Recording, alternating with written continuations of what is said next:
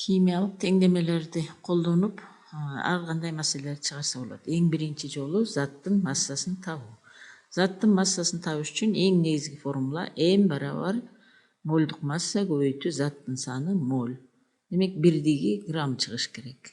Демек бул эң негизги маанилүү формула болуп эсептелинет. Эми муну пайдаланып биз кантип маселе чыгарабыз. Мисалы, маселенин шарты төмөнкүдөй болсун. Биринчи маселе.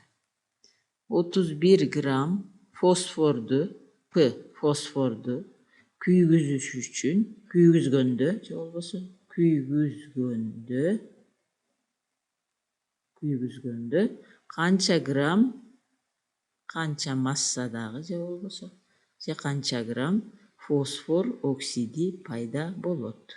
Фосфор оксиди пайда болот.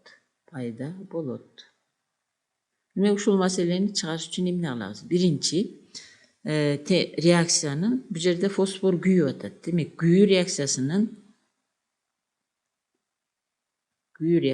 теңдемесин түзөбүз. Фосфордун формуласы ал үчүн реакцияга кирген жана пайда болгон заттардын формулалары туура болуш керек. Фосфор бул катуу зат, металл эмес. Демек мунун күйүү реакциясынын формуласы теңдемеси формуласы П. Кошуу күйүүгө кычкылтек катышат дайыма. Кычкылтек газ абалында, ошондуктан газдын молекуласы 2 атомдон жүрөт. O2 деп жазабыз. Барабар пайда болот фосфордун оксиди. Фосфордун оксидинин формуласы туура болуш керек. Ал үчүн демек биз фосфор 5 валенттүү экенин билебиз. Кычкылтеги 2 валенттүү. Таксан болгондуктан ордун алмаштырабыз. Ону 2-ни П'га жазабыз, 5-ти О'го жазабыз. Демек фосфор P2O5 заты пайда болот. Оксид бул. Эми теңдеш керек. Теңдегенде бул жерде 2 элементтен турган татаал зат пайда болуп аткандыктан кайсы элементтин атому чоң, ошону карайбыз. Демек О реакцияга чейин 2 атом, реакцияга кийин 5 атом. Демек 2 менен 5ти жалпы бөлүмгө келтириш үчүн 10 кылабыз. Демек 5ти 10 кылыш үчүн 2ге көбөйтөбүз. Аны 2-ни коэффициент кылып алдына жазабыз. Ал эми 2-ни 10 кылыш үчүн 5ге көбөйтөбүз. 5ти коэффициент кылып алдына жазабыз. Демек реакциядайын 5ти 2 көбөйтсөк 10 болду. Реакциядайын 2-ни 5ке көбөйтсөк 10 болду. Фосфор реакцияга чейин 1 атом, реакциядайын 2-ни 2ге көбөйтөбүз 4 атом. Демек бияка 4тү коебуз. Демек теңделди. Эми реакциядагы маселенин шартындагы берилген заттарды, мисалы 31 грамм фосфор үстүнө жазабыз берилишине. Демек 31 грамм фосфор. Эмнени сурап атат? Фосфордун оксиди. Демек P2O5-тин үстүнө X грамм коебуз. X. Демек массаны сурап аткандан бирдигин сөзсүз эске алыш керек. Бул жер X грамм.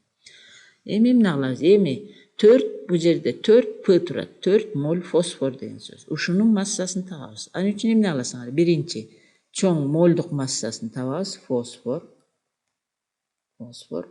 Бул мезгилдик системадан 1 атомдун массасы канчага барабар? 31 граммга барабар. Чоң эмдин бирдиги грамм бөлү моль. Молдук массанын бирдигин сөзсүз жазыш керек. Массаны табыш үчүн масса фосфор барабар. Жогорудагы бул формуланы пайдаланабыз. Чоң М көбөйтүү ню. Ордуна коебуз. Чоң М 31ге барабар. 31 грамм бөлү моль. Ал эми нюбуз болсо канча? Ню деген мына бул жерде 4 коэффициенти канча болсо, мольдун саны ошончо. Демек 4 мольго көбөйтөбүз. 4 моль. Моль менен моль кыскарат, грамм калат. 31ди 4кө көбөйтсөк 124 грамм болот. Эми бул жерге астына жазабыз. 124 грамм бул эмне? 4 моль фосфордун массасы. Эми P2O5-тин молдук массасын табабыз. Чоң М P2O5. Демек молдук масса деген бул 1 мольнун массасы деген сөз. P-ныкы атом массасы 31, көбөйтөбүз индексине 2ге, О-нукун кошобуз, О-нуку 16, О'дон 5 атом 5ке көбөйтөбүз. Ошондо 62 плюс 80 суммасы 142 грамм бөлү моль. Кичинемди табабыз массаны башкача айтканда. P2O5. Ордуна коебуз. Чоң эмибиз 142. грамм бөлүп моль. Ал эми ньюс 2 моль, мына бул жерде 2 деп турат. Демек 2 моль. Моль менен моль кыскарат. 142-ни 2-ге бөлсөк 284 грамм. Демек P2O5, 2 моль P2O5'тин массасы 284 грамм. Эми пропорция түзөбүз. Кантип түзөбүз пропорцияны? 31-ден 124-кө болгон катышын алабыз. 31-ден 124-кө болгон катышы барабар x-тин 284-кө болгон катышына. x-тин 284-кө болгон катышына. X-ти табыш үчүн кайчылаш көбөйтөбүз. Кайчылаш. Демек 124x барабар канча? 31 көбөйтүү, бул жер туура болбой калды. 31 көбөйтүү 284.